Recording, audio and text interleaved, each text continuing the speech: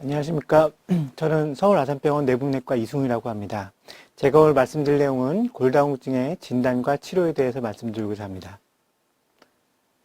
골다공증이란 뼈가 약해서 작은 충격에도 쉽게 골절이 발생하는 골격계 질환을 할 수가 있습니다. 보시면 나이가 들면 들수록 뼈에 구멍이 숭숭숭 뚫리면서 약해지게 되는데 결국은 이렇게 뼈가 약해지다 보면은 약한 충격에도 쉽게 부러지게 됩니다. 실제로 골다공증 환자의 뼈 사진을 보시게 되면 정상인과 그렇지 않은 골다공증 환자를 보시게 되면은 안에 구멍이 숭숭 뚫려서 겉보기도 굉장히 약하게 돼 있고, 엑스레이를 보시게 되면은 뼈가 이렇게 납작쿵, 우리가 깡통을 뒷밟은 것처럼 이렇게 눌려 있는 것처럼 보이는 게 보이실 것입니다. 골다공증은 왜 생기는지 이제 궁금해 하실 텐데, 우리가 뼈에는 뼈를 만드는 조골세포라는 놈이 있고 뼈를 부시는 파골세포라는 놈이 있습니다.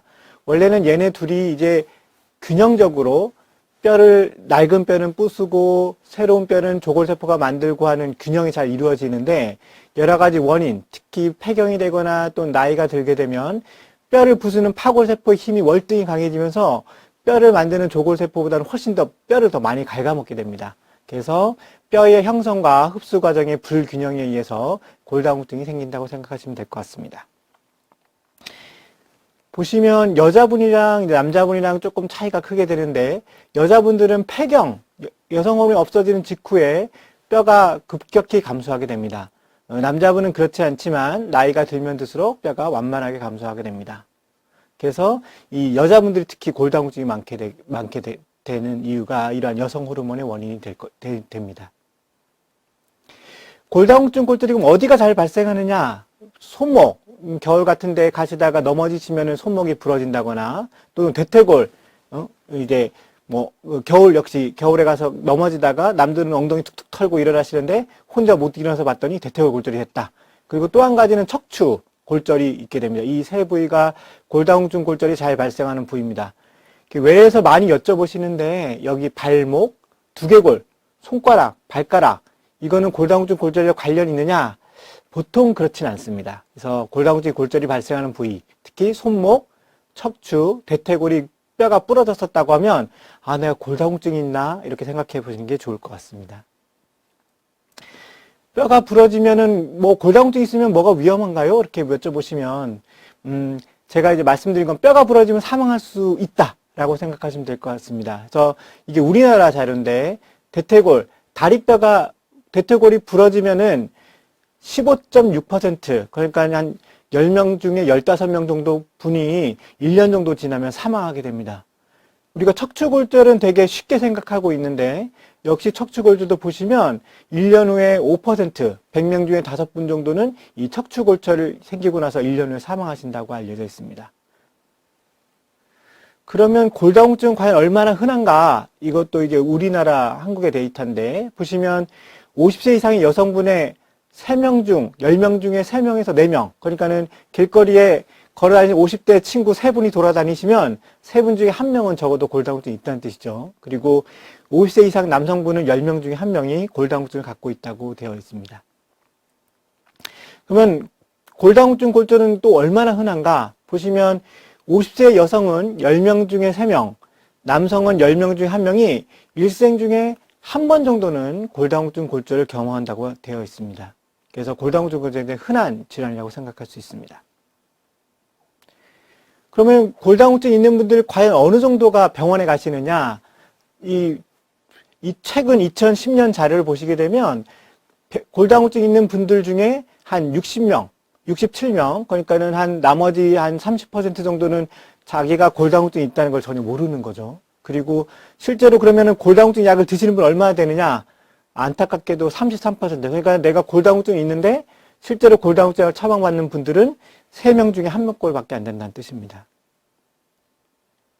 골다공증은 그럼 왜 골다공증이 왜 걸리느냐? 내가 골다공증 걸릴 위험성이 높은가? 이래서 많이 여쭤보시는데, 일단은 뚱뚱하신 분보다는 마르신 분이 골다공증이 잘 생긴다고 됐습니다. 그래서 저체중인 경우에는 2배 정도 증가가 된다 되어 있고, 그 다음에 칼슘, 비타민 D 섭취 부족이라든지, 그리고 운동 부족, 그 다음에 어머님이나 아버님께서 골다공증 골절이 있었다고 하면은 또 유전이 잘 된다고 합니다. 그게 벌써 2배 정도 된다고 돼 있고, 그 다음에 술이나 담배 같은 것도 골다공증 골절을 증가시킨다고 되어 있고, 그 다음에 아까 말씀드린 것처럼 여성 호르몬이 없어지는 폐경이 된다.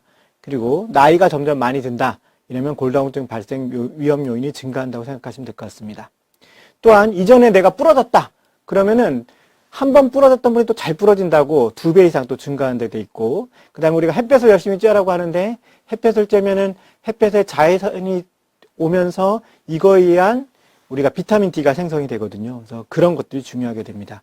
또한 여기 스테로이드가 같이 적혀 있는 동반질환 또는 약제들에 의해서도 골다공증이 잘 생기게 됩니다. 그러면 골다공증 또는 골다공증 골절이 증상이 있느냐? 사실은 선생님 제가 팔다리가 무릎이 아프고 허리가 아픈데요. 골다공증 골절이 있나요? 골다공증이 있는 건가요? 근데 사실은 별로 그렇지가 않습니다.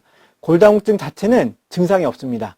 그래서 제가 외래에서 말씀드린 거는 골다공증이 진짜 있는지 없는지 알아보기 위해서는 아파서 하는 게 아니라 환자분 보고 여기서 한 10번만 넘어져 보세요. 그래서 넘어졌더니 아이고 뼈가 부러졌네요. 골다공증이 있으십니다. 이렇게 아시는 수밖에 없습니다. 따라서 골다공증은 증상이 없기 때문에 골다공증의 위험성이 높으신 분들은 검사를 받아보셔야 알 수가 있습니다. 그래서 이제 증상이 없고, 실제로 골다공증 골절이 그러면 증상이 있느냐? 물론 손목뼈가 부러지거나 대퇴골 부러지면 굉장히 아프시겠죠. 그렇지만 우리가 척추골절은 4명 중에 3명 정도는 통증이 없다고 합니다. 그래서 허리가 굉장히 아파서 내가 골절이 생겼구나 하는 분들은 4명 중에 1명밖에 안 된다고 하는 것입니다. 따라서 골다공증도 그렇고 골다공증 골절도 그렇고 뭔가 증상이 생기기 전에 미리 찾아내는 게 사실 중요하다고 할 수가 있겠습니다. 그래서 이제 골다공증 검사를 해보시는 게 중요한데, 이러한 골다공증 검사는 보통 이렇게 누워서 하게 됩니다. 그 외래에서 보시면 가끔씩 이제 초음파를 해서 선생님 제가 뼈가 약하대요 해서 오시긴 오시는데, 이러한 초음파는 사실은 아직은 골다공증을 진단하는 데는 많이 쓰이고 있지는 않습니다. 그러면 내가 골다공증 검사를 받아야 되나요? 이제 우리가 골다공증을 진단하는 거를 이제 골밀도를 측정해 본다고 하는데, 골밀도를 받아야 되는 분들은 위험 요인이 있는 폐경 여성 또는 50세에서 69세 남성, 그 다음에 위험인자는 나중에 무관하게 나이 자체가 골다공증을 잘 일으킬 수 있기 때문에 65세 이상 여성과 70세 이상 남성은 그냥 아무 이유 없더라도 골밀도를 검사를 해보시는 게 중요합니다. 또한 아까 말씀드린 것처럼 한 번 골절을 겪은 사람은 다음번에 골절을 겪을 확률이 높기 때문에 골다공증 골절을 겪었던 분이라든지, 또는 아까 약물 또는 이제 여러 가지 질환에 의해서 2차성 골다공증이 생기는 분들은 또 필요하게 됩니다. 그리고 당연히 이제 골다공증 약물을 치료하게 될 때는 당연히 약을 쓰셔야겠죠. 그리고 다른 엑스레이를 찍다가 우연히 아이고 척추가 주저앉았네요. 또는 엑스레이 보니까 뼈가 너무 하얘서 구멍이 너무 약해 보여요. 이렇게 하는 경우에는 골밀도 검사를 받아보는 게 중요할 것 같습니다. 또 골다공증 치료를 받는 도중에는 약의 효과가 있는지 없는지, 그리고 약을 중단했을 때는 다시 나빠지지 않는지, 이러한 분들도 골밀도 검사를 받아보셔야 됩니다. 자, 그럼 골다공증을 진단하면 내가 도대체 뼈가 얼마나 약한가를 보는 거를 우리가 어떻게 보느냐? 그래서 보통 의사들은 T값을 본다고 해요. T값. T값은 젊은 사람의 뼈를 백정했을 때 나의 뼈가 얼만큼 나쁜가를 보는 겁니다. 이제 외래에서 어르신들이 오셔갖고 내 뼈는 도대체 몇 살 나이유? 이렇게 여쭤보시는데, 사실은 그게 중요한 게 아니라 골다공증은 뼈가 부러지는 것을 확인해야 되기 때문에 젊은 사람 뼈에 비해서 얼만큼 잘 부러지냐를 확인하기 위하기 때문에 젊은 사람 뼈와 비교하는 게 제일 좋습니다. 그래서 그런 걸 이제 T값이라고 하게 되는데, 보시면 이제 골밀도를 측정하면은 T값이 나오거든요. 그래서 나오게 되면 정상은 마이너스 1보다 이상인 경우, 그러니까는 마이너스 1, 0, 플러스 1 또는 더하기 1, 더하기 2, 이런 분들 뼈가 아주 좋으신 겁니다.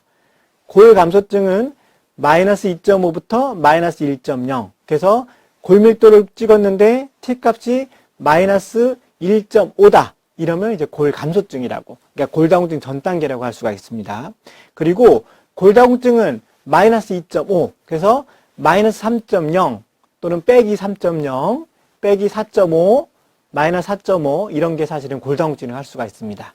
그러면 심한 골다공증이 뭐냐? 심한 골다공증은 골다공증이 있는 데다가 이미 골절이 있는 경우에는 저희가 심한 골다공증이라고 할 수가 있습니다.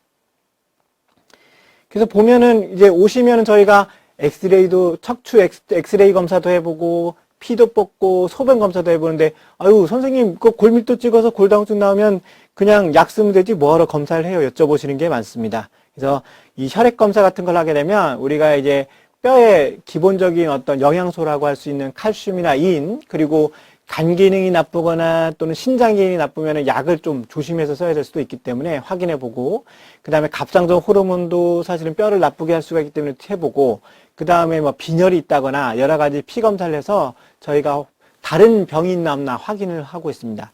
또 이제 비타민 D가 아까 말씀드린 대로 중요하다고 했는데 비타민도 측정해보고 그 다음에 치료의 반응을 보기 위해서 혈액 검사를 하게 됩니다.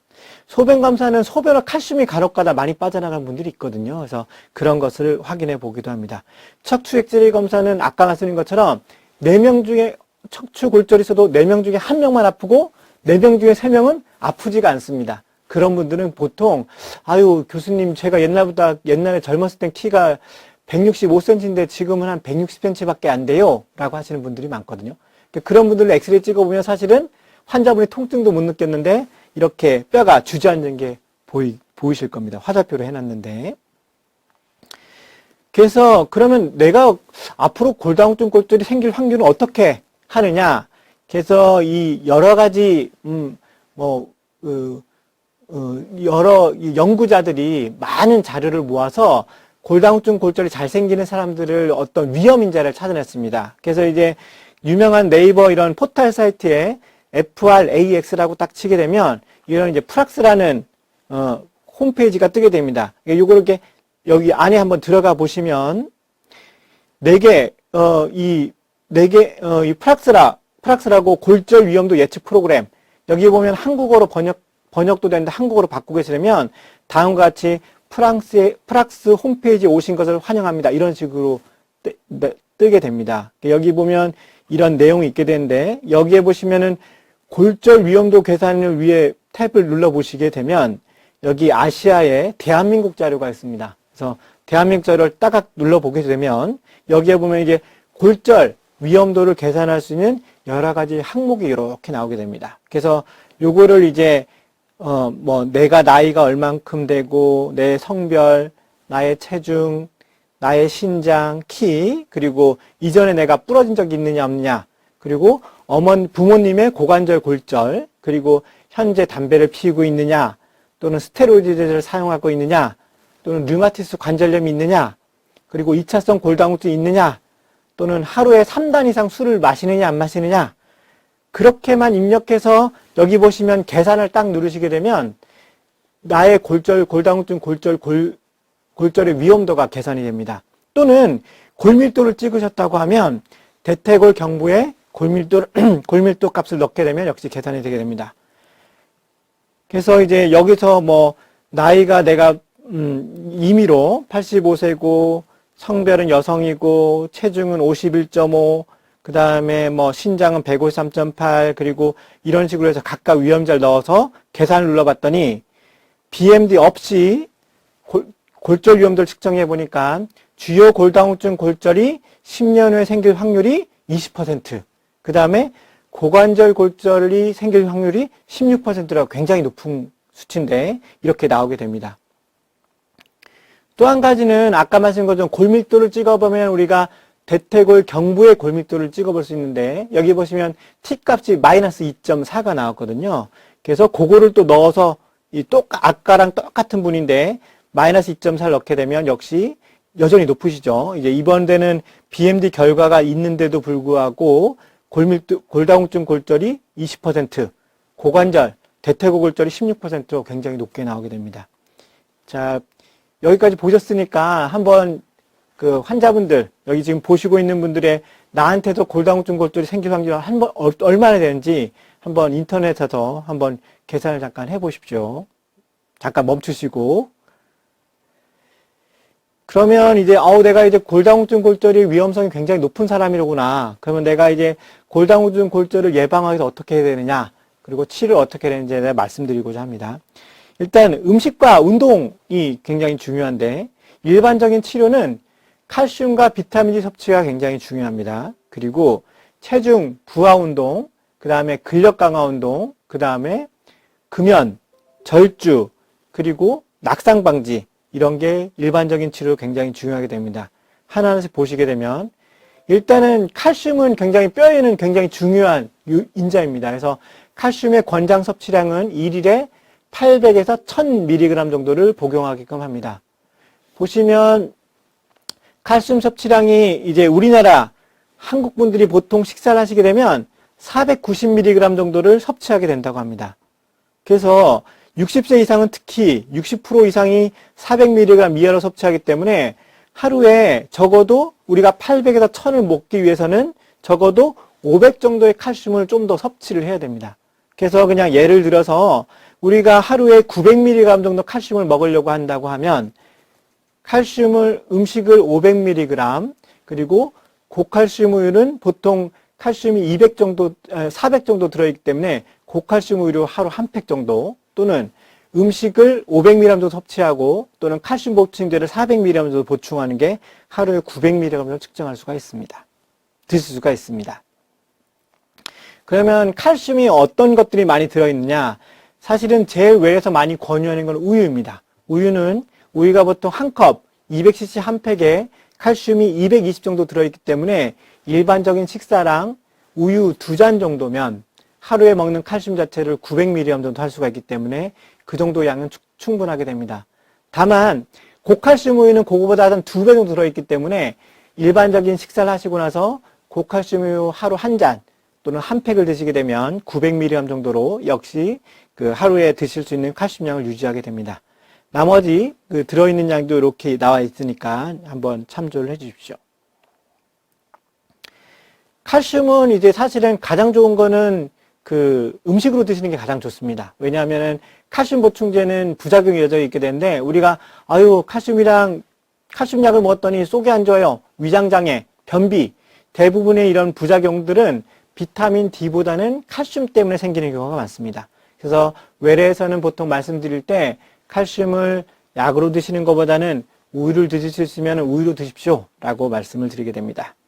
그 다음에 신결석이나 고칼슘 요증 환자들은 물론 주의해야 되지만 많은 영양을 드시지 않으면 큰 문제가 없다고 알려져 있고 그 다음에 뭐 뉴스에 막 나오긴 하는데 심혈관 위험성이 증가한다. 그래서 내가 선생님 이거 먹어도 되나요? 하는데 이게 심혈관 위험성이 증가하는 분들은 보통 외국 분들이거든요. 그래서 외국 분들은 잘 아시다시피 저희처럼 밥, 국 이렇게 드신 게 아니라 우유, 빵 이렇게 드시지 않습니까? 그래서 유제품 섭취가 굉장히 많기 때문에 그분들은 저희는 아까 말씀드린 것처럼 하루에 500mg 채 드시지 않는데 그분들은 이미 식사량으로만 해도 850, 1100 드시는 분들이거든요. 근데 거기다 또 칼슘을 드시니까 너무 양이 많아지는 겁니다. 따라서 한국 분들은 워낙 드시는 칼슘량이 평상시에 적기 때문에 보충제 자체 때문에 심혈관 질환이 증가한다.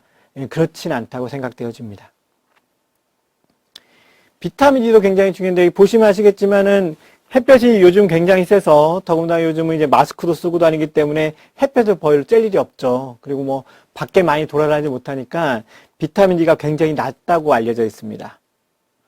비타민 D는 이제 칼슘 흡수를 도와서 뼈를 강화시키고 또한 이제 근육 같은 거에도 비타민 D가 좀 있다고 알려져 있기 때문에 덜 넘어질 수가 있게 됩니다. 피부에서 햇볕을 쬐면 자외선이 오기 때문에 저절로 합성이 되는데 따라서 예를 들면은 집에 햇볕이 잘 드는 집안에 있다. 유리를 통해서 받는다. 그러면 사실은 비타민 D가 생성이 안 되겠죠. 그리고 요즘은 최근에는 화장품이 너무 많이 좋아져서 자외선 차단 얼마 딱 되면은 사실은 얼굴에 조금만 바르고 사실은 옷만 입어도 사실은 비타민 D의 어떤 만들 수 있는 자외선 차단이 너무 완벽히 되기 때문에 적어도 얼굴은 자외선 차단제를 바른다 하더라도 팔, 다리 등은 약간 노출을 시켜서 비타민 D를 쬐 수 있는 비타민 D를 만들 수 있는 자외선을 쬐는 게 굉장히 좋다고 알려져 있습니다. 그 다음에 등푸른 생선에 또 음식 같은 게 있는데 그 양이 굉장히 적다고 돼 있고 보시면 여기 대구, 간유, 연어 이런 거에 드시게 되는데 사실은 음식으로 먹으려면 굉장히 많은 영양이 필요한 상태고 보통 하루에 800 IU를 필요한다는데 가장 좋은 거는 햇볕을 쬐는 것입니다. 그게 부족하다고 하면은 이제 먹는 약을 좀 처방을 해드린 거고요. 아까 말씀드린 것처럼 전 국민의 80%가 비타민 D 부족 상태이고, 특히 비타민 D가 필수적인 10대, 20대는 90% 이상이 비타민 D가 불충분하다고 합니다. 잘 아시겠지만 학생들 아시죠? 아침에 햇볕 못 쬐고 아침에 일찍 가고 저녁 늦게 오지 않습니까? 그러니까는 사실은 저희 자외선을 가서 쬐을 수가 없죠. 그래서 그런 햇볕을 쬐을 수 있는 시간이 절대로 모자라기 때문에 비타민 D가 굉장히 모자란 상태라고 알려져 있습니다. 피해자 음식은 아까 골다공증, 골절 위험인자의 하루에 3단 이상 술이 나왔죠. 이 단이라는 거는 그 술병으로 한 잔 생각하시면 될 것 같습니다. 그래서 소주는 소주잔, 맥주는 맥주잔, 그의 한 단위가 한 잔 이상인데 3잔 이상 드시게 되면 안 좋다고 되어 있거든요. 그리고 커피는 사실은 드셔도 됩니다. 드셔도 되는데 하루에 3잔, 4잔 이상 드시기에는 좀 안 좋다고 되어 있고, 그거보다 적은 음식을 드시는 게 좋습니다. 그리고 이제 환자분들이 제일 많이 여쭤보시는 게 그러거든요. 아우, 선생님, 저 골다공증 있으니까는 멸치를 많이 먹을까요? 뱅어포를 많이 먹을까요? 이렇게 되는데, 잘 아시겠지만 멸치랑 뱅어포는 굉장히 짜죠.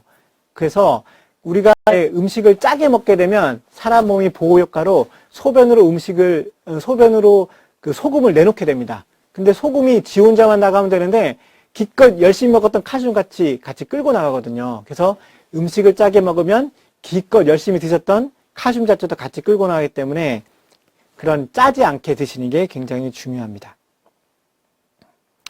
운동은 사실은 모든 운동이 좋다고 돼 있는데 체중이 싣는 운동, 일주일에 요거는 이제 5일 이상, 하루 30분 이상 하라고 돼 있는데 걷기, 춤추기, 에어로빅, 조깅, 줄넘기, 계단 오르기, 테니스 이런 게 이제 체중이 싣는 운동으로 좋다고 되어 있고, 근력 강화 운동, 중력에 저항하는 운동, 그러니까 쉽게 말하면 약간 뭔가 무거운 무게를 드는 거가 일주일에 2, 3회 정도는 세야 되는데 발끝으로 서기 또는 아령 들어올리기 또는 웨이트 트레이닝 같은 것이 필요하다고 되어 있습니다. 또 한 가지는 사실은 뼈가 약해도 환자분께 말씀드리는 게 넘어지지 않으면 중요하다.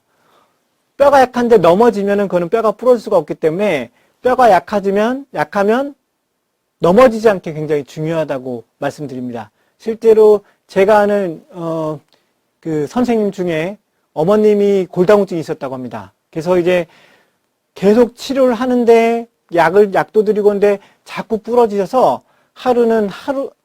극단의 조치를 취했는데 극단의 조치를 취하고 나서는 한 번도 안 부러지셨다고 합니다. 그래서 이제 제가 도대체 어떤 방법을 썼는지 한번 여쭤보니까 24시간 내내 옆에 간병인이 계셨다고 합니다. 그래서 간병인 옆에 항상 계시니까 넘어질 상황을 안 주시는 거죠. 그래서 균형 운동과 자세 운동, 이거 매일 하시는 거는 사실은 뼈가 약해도 넘어지지 않게 하는 가장 기본적인 운동이기 때문에 외래에서 강조도 하긴 하지만 가장 중요한 운동이라고 할 수가 있습니다.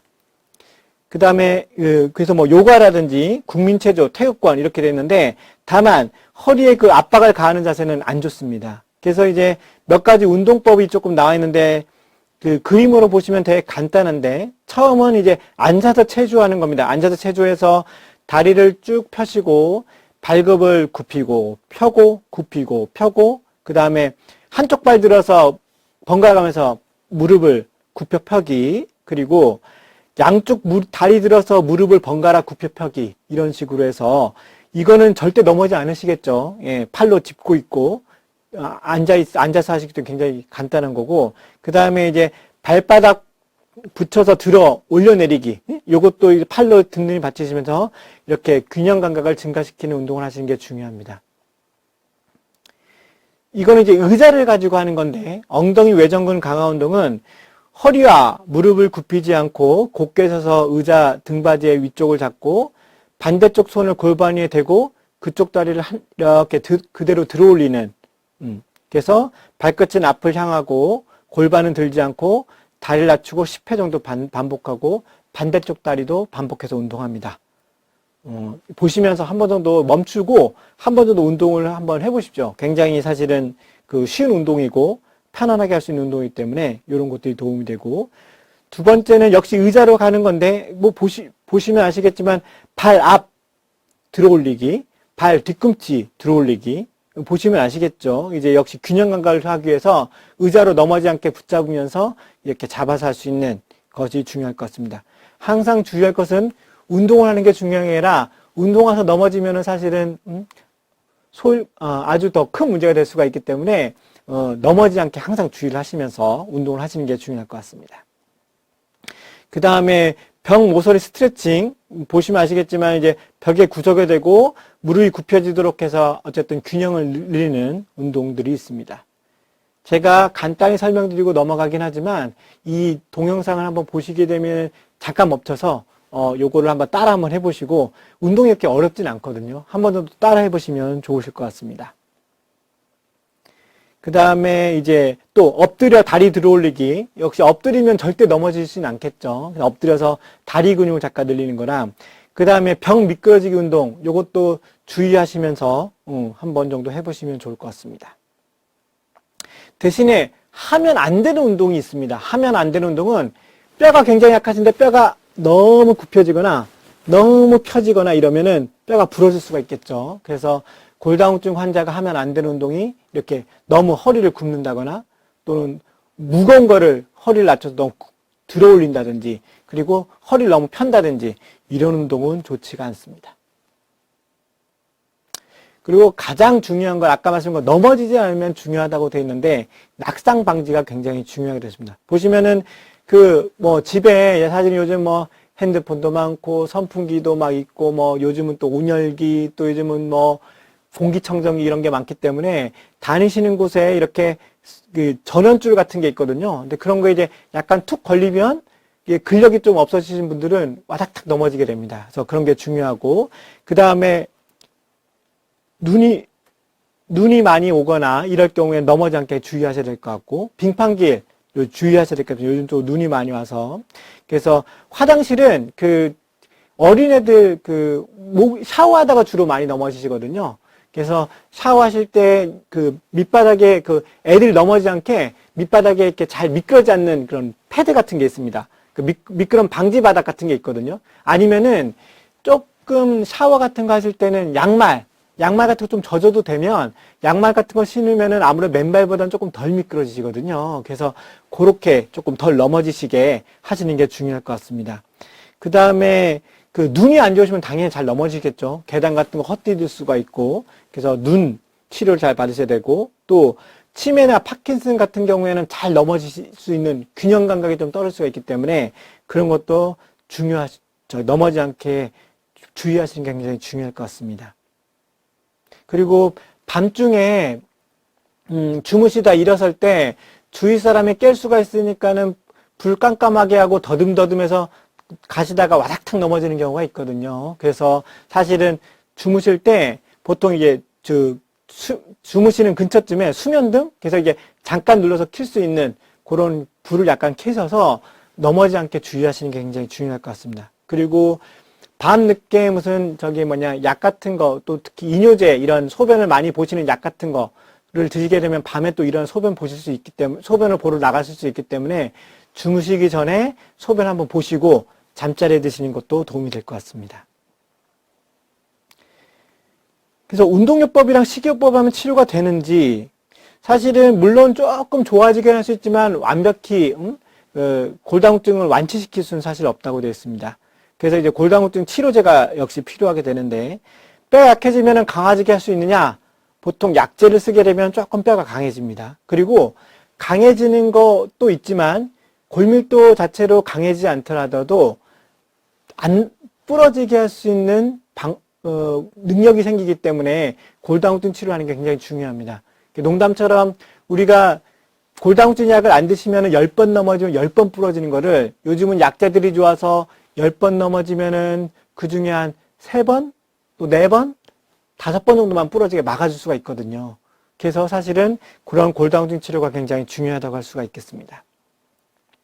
그래서 골다공증 치료제를 먹게 되면 뼈의 양도 증가하고, 그 다음에 골다공증에 의한 골절을 최대 70%, 그러니까 아까 말씀드린 것처럼 10번 넘어지면 10번 다 부러질 거를 10번 넘어지면 한 3번 정도만 부러지게 막아줄 수가 있는 거죠. 그리고 반드시 아까 말씀드린 골다공증 예방법, 낙상 방지, 그 다음에 칼슘이랑 비타민D 적절한 섭취, 그 다음에 운동, 이런 것들이 시행되면 훨씬 더 좋아지실 것 같습니다.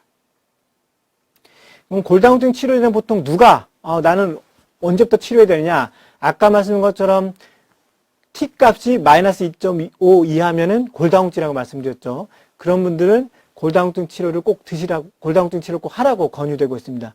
실제로 나라에서도 그거에 대한 약제는 보험으로 지금 처방을 해주고 있고요. 그 대신에 골감소증, T값이 마이너스 2.5 이상이어도 골절 위험도가 높은 경우, 예를 들면은 가족력, 어머님, 아버님께서 막 내가 잘 넘어지고 막 부러진 경력이 있었다. 아니면 내가 한번 손목이 부러진 적이 있다. 아까 말씀드린 것처럼 한 번 부러지면 다시 부러질 확률이 높기 때문에. 그리고 스테로이드 제제는 뼈가 괜찮아 보이는에도 불구하고 사실은 굉장히 약하기 때문에 잘 부러질 수가 있거든요. 그래서 스테로이드 제제를 복용하거나 또는 저체중, 아까 말씀드린 것처럼 뚱뚱하신 보다는 마르신 분이 골다공증이 잘 오고 골절이 잘 생기거든요. 그래서 저체중인 경우. 그 다음에 골다공증 골절이 있었던 경우, 아까 말씀드린 것처럼 뭐 손목이라든지 또는 대퇴골 또는 척추, 그런데 골절이 있는 분들은 약을 드시는 게 좋습니다. 그리고 계산된 골절 위험도, 아까 이제 제가 잠깐 멈춰보고 혹시나 골절 위험도 계산해 보라고 돼 있는데, 이건 뭐 정해져 있지는 않지만 10년 후에 주요한 골다공증 골절 위험도가 20% 이상인 경우나 또는 10년 후에 고관절, 대퇴골 골절 위험도가 3% 이상인 경우에는 치료를 하라고 권유하고 있습니다. 그래서 이런 게 좀 높으면 약을 먹어야 되는지에 대해서는 의사 선생님과 한번 의논해 보시면 중요할 것 같습니다. 골다공증 약에는 어떤 약이 있나요? 굉장히 많습니다. 근데 이제 두 가지 정도로 크게 나눠지는데, 뼈가 아까 말씀드린 것처럼 파골세포에 의해서 뼈가 막 부서지는 걸 막아주는, 뼈가 부서지는 부서지는 것을 막는 약이 굉장히 많이 쓰이게 됩니다. 그리고 최근에는 뼈가 만들어지는 약도, 아까 이제 뼈를 만드는 세포가 조골세포라고 하는데, 그 조골세포처럼 뼈를 만들어지게 하는 돕는 약도 있게 됩니다. 그래서 뼈가 부서지는 것을 막는 약은 여성 호르몬 유사체처럼 있어서 매일 경구 투여하는 약제가 있고, 비스포스포네이트라는 약제는 우리나라 골다공증 약제에서 제일 많이 쓰는 약제입니다. 그래서 이 약제는 매일 먹는 약, 일주일에 한 번 먹는 약, 한 달에 한 번 먹는 약, 3개월에 한 번씩 주사 맞는 약, 1년에 한 번 주사 맞는 약, 굉장히 다양하게 있습니다. 그리고 데노스마비라고 새로운 주사가 나왔는데, 이것도 6개월에 한 번 정도 주사 맞으면 됩니다. 그러니까 1년에 2번 정도 맞으면 되는 거죠. 그 다음에 뼈가 만들어진 약은 부갑선선 호르몬이라고 해서 매일 인슐린처럼 직접 주사를 맞는 방법이 있고, 또는 일주일에 한 번씩 주사 맞는 방법이 약제가 있습니다. 또 로모소주마비라고 이제 최근에 나온 약제인데, 요거는 한 달에 한 번 정도 주사하는 약제입니다. 그래서 하나하나 이제 간단히 좀 설명을 드리게 되면, 이런 약제들을 볼 때 보통 선생님 어느 게 좋아요? 뭐 먹는 게 좋아요? 주사하기 좋아요? 뭐 그런 게 사실은 많이 여쭤보시는데, 사실은 어떤 약제가 좋은지는 참 결정하기가 어렵습니다. 그래서 약제의 효과라든지 또 약들 중에 또 오래 쓰면 부작용이 있기 때문에 그 약제의 효과랑 부작용을 열심히 확인해서 결정하는 게 중요합니다. 그래서 환자분에 따라 조금 약을 이렇게 저렇게 좀 다르게 선택을 좀 하게 되는데요. 그래서 어쨌든 기본적으로는 골다공증 치료제, 그 다음에 칼슘제 잘 안 드시는 분, 그러니까 음식으로 섭취가 부족한 분들은 칼슘제, 비타민 D 이렇게 보통 세 종류의 조합으로 많이 쓰게 됩니다. 골다공증 약은 아까 말씀드린 것처럼 비스포스네이트가 골다공증 약 중에 한 80%를 차지하게 돼 있고, 그 다음은 이제 썸 제제라고 해서 여성 호르몬 유사체라는 약이 있습니다. 그 다음에 HRT라는 게 여성 호르몬을 이제 폐경 증상도 완화시키면서 뼈를 좋아하게 하는 약도 쓰게 되고, 여기 이제 2%라고 이제 부갑선 호르몬, 뼈를 만드는 약이라고 했죠. 그래서 그런 약제들이 쓰이고 있습니다. 그래서 하나하나 말씀드리면, 일단은 경구용 비스포네이트가 사실은 많이 쓰이는 약제입니다. 그래서 이거는 이제 경구용이기 때문에 위장장애가 생길 수가 있고, 첫 번째 드실 때, 그러니까는 독감 유사 증상이 생길 수가 있습니다. 이게 한데 위장장애나 독감 유사 증상이 모든 분들에 생기느냐? 사실은 그렇지가 않습니다. 위장장애가 전혀 없는 분도 있고, 독감 유사 증상도 아무도 없는 분들도 있습니다. 근데 어떤 분은 또 심하게 올 수가 있기 때문에 위장장애가 있을 수 있는 분들은 사실은 뭐 주사약으로 좀 바꿀 수가 있고요. 독감 유사 증상은 그 약간 맷집처럼 처음 드실 때는 굉장히 심하게 오다가 두 번째 먹을 때는 그래도 지난번보다 조금 약한 것 같대. 세 번째, 네 번째 드실 때 보면 아, 이게 점점 약해지는 거예요. 막 이렇게 느끼시게 될 겁니다. 그리고 장기간 복용하실 때는 사용할 때는 부작용이 뭐 턱백에사 치과 가시면 많이 들으실 텐데 치과 가시면 선생님들이 어유 골다공증 드시면 저기 치아 못 뽑아요 이렇게 말씀하시는 경우가 많습니다. 이러한 부작용이 턱벽에서 때문에 생기는 건데 요거에 대해서는 제가 다시 한번 말씀을 좀 드리겠습니다. 경구용 비스포스페트는 약간 몸에 흡수가 잘 안 되기 때문에 약간 복용법이 조금 복잡합니다. 그래서 야, 이 약이 진짜 안 좋은 약이구나. 복용법만 들어도 아, 이 약은 진짜 독한 약이네 생각하실 텐데 그냥 간단히 생각하시면 약을 먹고 곧장 들어놓으시면 약이 속이 역류가 되면서 속이 쓰립니다.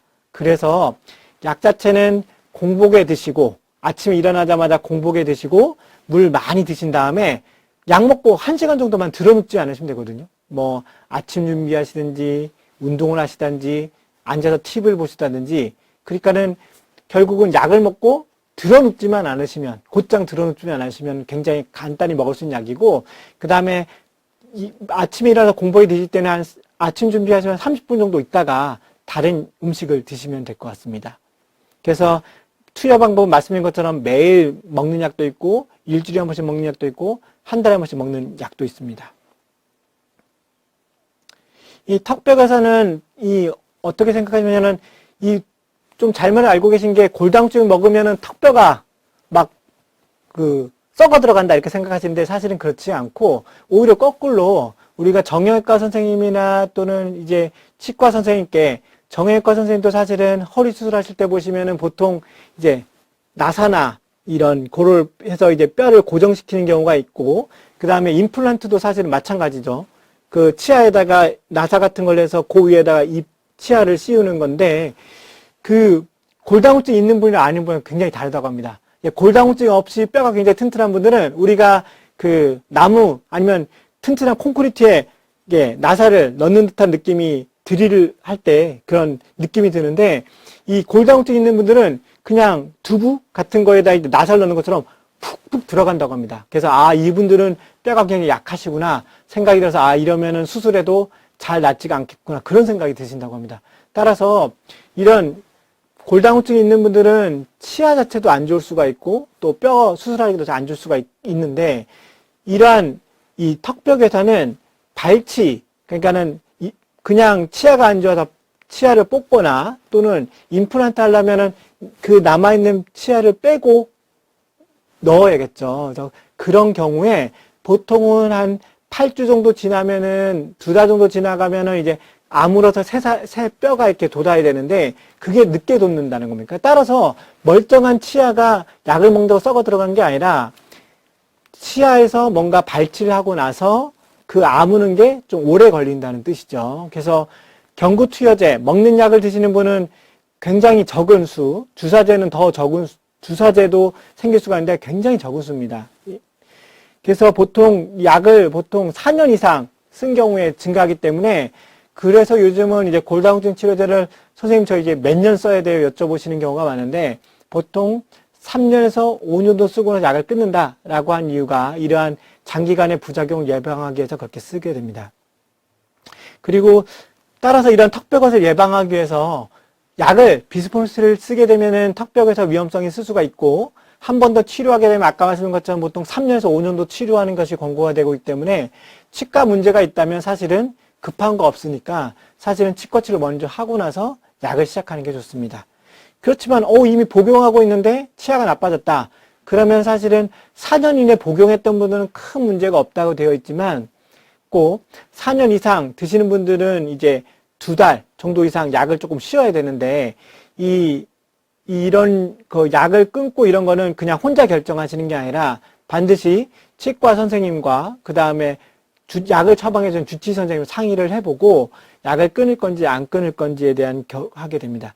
약을 끊어도 되는 경우도 있고 아니면은 그 치과 치료에 방해 안 되는 약제들이 나중에 이제 설명드릴 텐데 그런 약제를 좀 써야 되는 경우도 있기 때문에 그 혼자 결정하지 마시고 치과 선생님 얘기를 들으시면 반드시 그 약을 처방해 준 선생님과 반드시 의논해 보시길 바랍니다.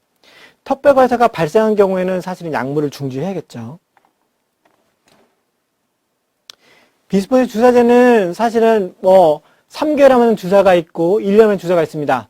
그러면 이제 많이 여쭤보시는 게 이건 먹는 게 나아요? 주사가 나아요? 근데 효과는 비슷하다고 되어 있습니다. 그래서 사실은 뭐 아까 말씀드린 것처럼 위장관 부작용이 너무 심하거나 또는 이제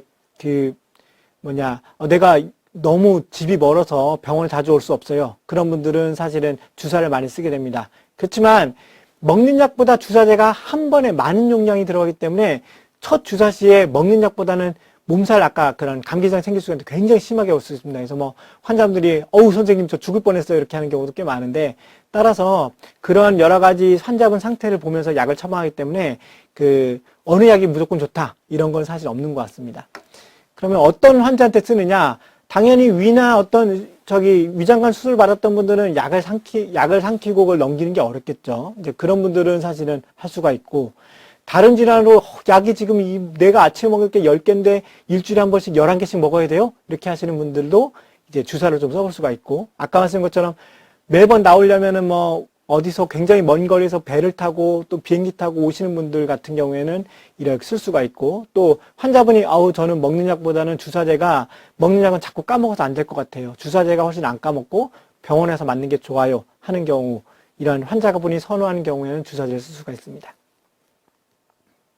얼마나 오래 치료해야 되느냐 사실은 환자분마다 조금 좀 다릅니다. 왜냐하면 당연히 뼈가 조금 나쁘신 분들이 있고 많이 나쁘신 분들이 있고 많이 나빠서 막 부러지는 분들이 있고 이런 분들에 따라서 약을 쓰는 거는 굉장히 다릅니다. 그래서 보통 3년에서 5년 정도를 쓰게 되고 5년 이상 치료할 경우에는 조금 환자분 상태 봐가면서 그리고 1년에 한 번 정도 아까 제가 골밀도 검사를 꼭 해봐야 된다고 했죠. 그래서 검사를 해서 약을 계속 써야 되는지 안 써야 되는지 확인해 보는 게 중요합니다.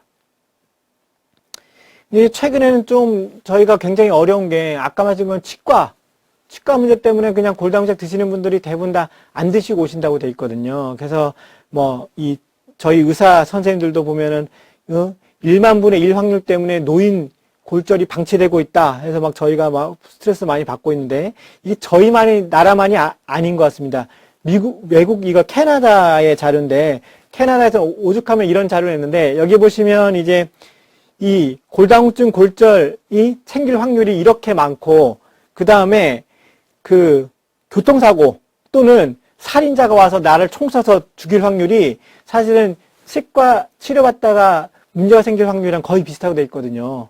그래서 이렇게 골다공증 골절이 생길 위험성이 굉장히 높은데도 불구하고 정말 띄엄띄엄 생기는 예를 들면 내가 길거리 가다가 살인자한테 죽을 확률 또는 아주 심한 교통사고 날 경우 그럴 경우를 염려해서 약을 안 드신다.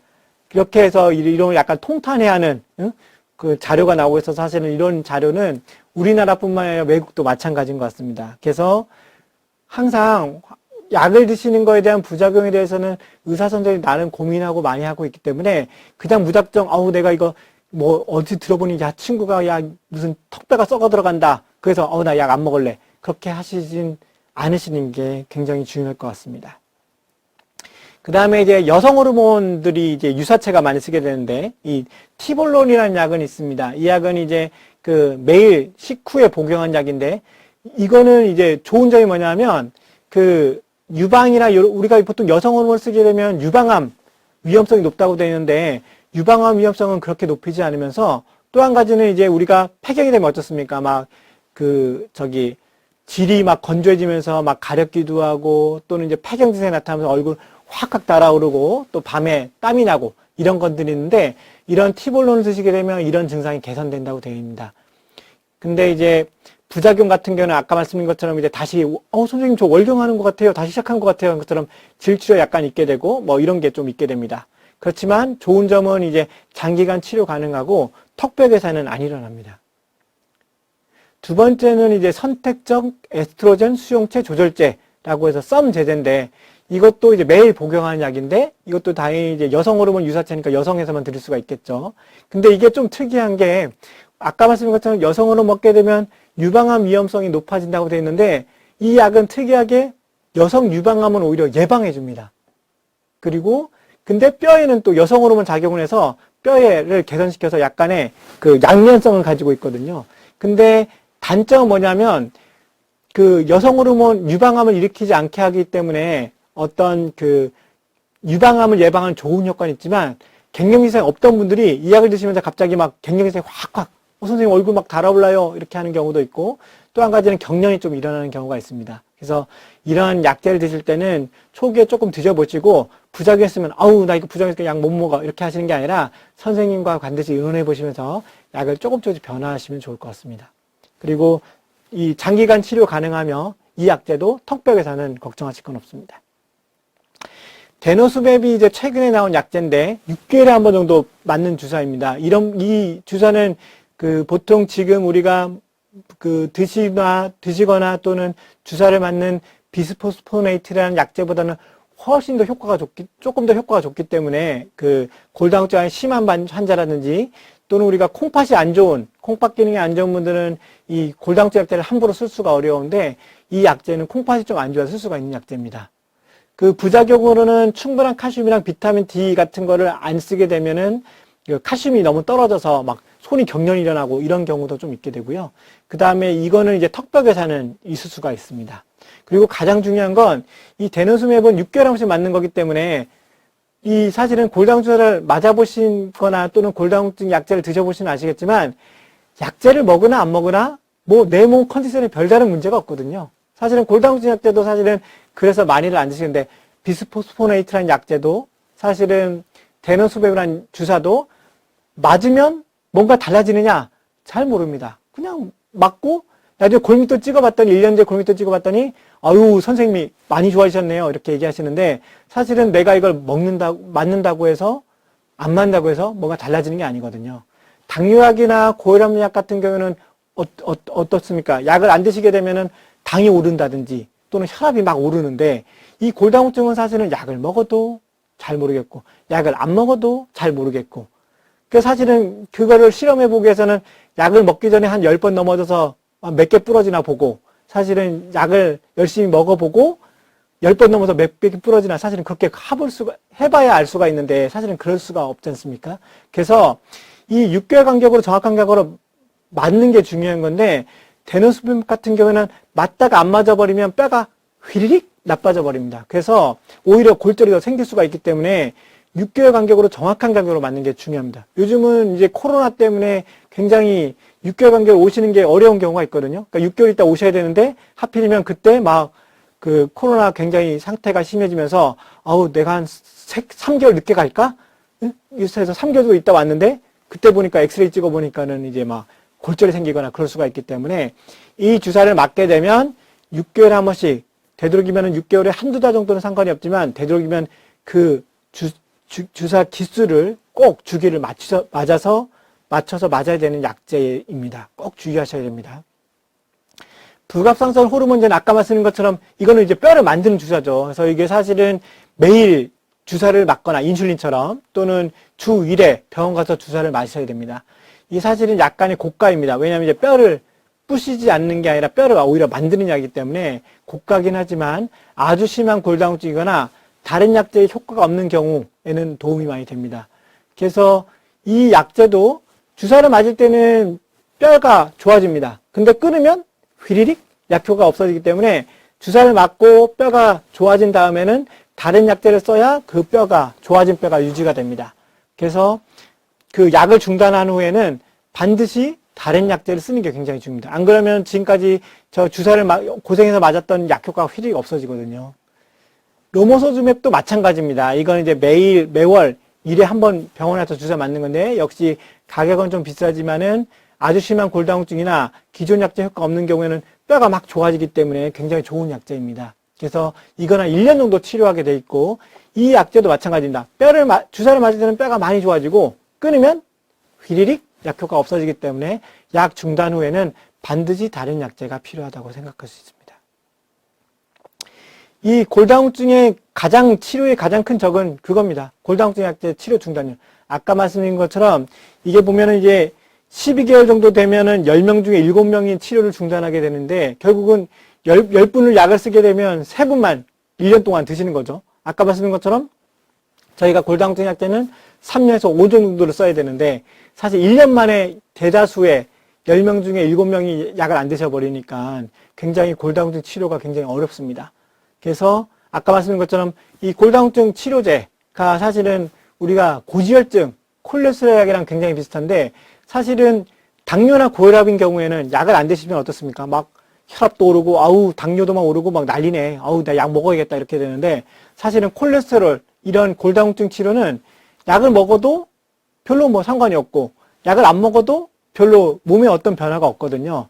다만, 콜레스테롤은 우리가 조절을 안 하게 되면은 나중에 중풍이나 심장질환이 생길 수가 있고, 이러한 골다공증은 압박골절, 골다공증 골절이 생길 수가 있기 때문에 반드시 이러한 골다공증 치료를 게을리하지 마시고 선생님이 어느 정도 드실 때까지, 사실은 한국은 굉장히 우리나라는 좋은 여건이 있는 게 1년에 한 번 정도 골밀도 검사를 약을 먹고 있는 경우에는 찍어보라고 권유하고 있고, 그거에 맞춰서 약을 보험으로 하고 있기 때문에 꾸준히 검사를 하실 수가 있거든요. 그래서 약을 먹어보고 어느 정도까지 약을 드실지는 반드시 지금 약을 주시는 선생님, 주치의 선생님이랑 의논해보고 약을 꼬박꼬박 잘 드시고, 그러니까 한 번 드시면 보통 1년 정도 드신다고 생각하면 됩니다. 1년 정도 치료를 쭉 받은 다음에 골밀도 찍어봐서 좋아졌어요. 아니면은 좋아졌는데 조금 더 치료해야겠어요. 이런 거에 따라서 치료를 선생님 말씀대로 중단하든지 또는 계속 하든지 그런 게 중요하다고 할 것 같습니다. 예, 제가 이제 말씀드린 내용은 일단 다 됐고요. 예, 아무튼 많이 보시고 이 강의 중간중간에 제가 이제 멈춰서 해보시라고 한 것들은 운동, 특히, 그리고 내가 골다공증 골절 위험도가 얼마나 높은지 한 번 정도 해보시면, 해보시고, 만약 높다고 하면은 병원에 가셔서 골밀도 검사 좀 받아보시고, 그 다음에 아까 말씀드렸던 운동 자체는 사실은 꼭 골다공증이 있지 않더라도 뼈가 약해야만 부러지는 건 아니거든요. 뼈가 조금만 약해도 넘어지면 부러질 수가 있기 때문에 그런 운동들은 한번 집에서 다 해보셔서 튼튼한 뼈를 가지고 건강하게 지내셨으면 좋겠습니다. 예, 경청해 주셔서 감사합니다. 네. 몇 분 정도 됐어요?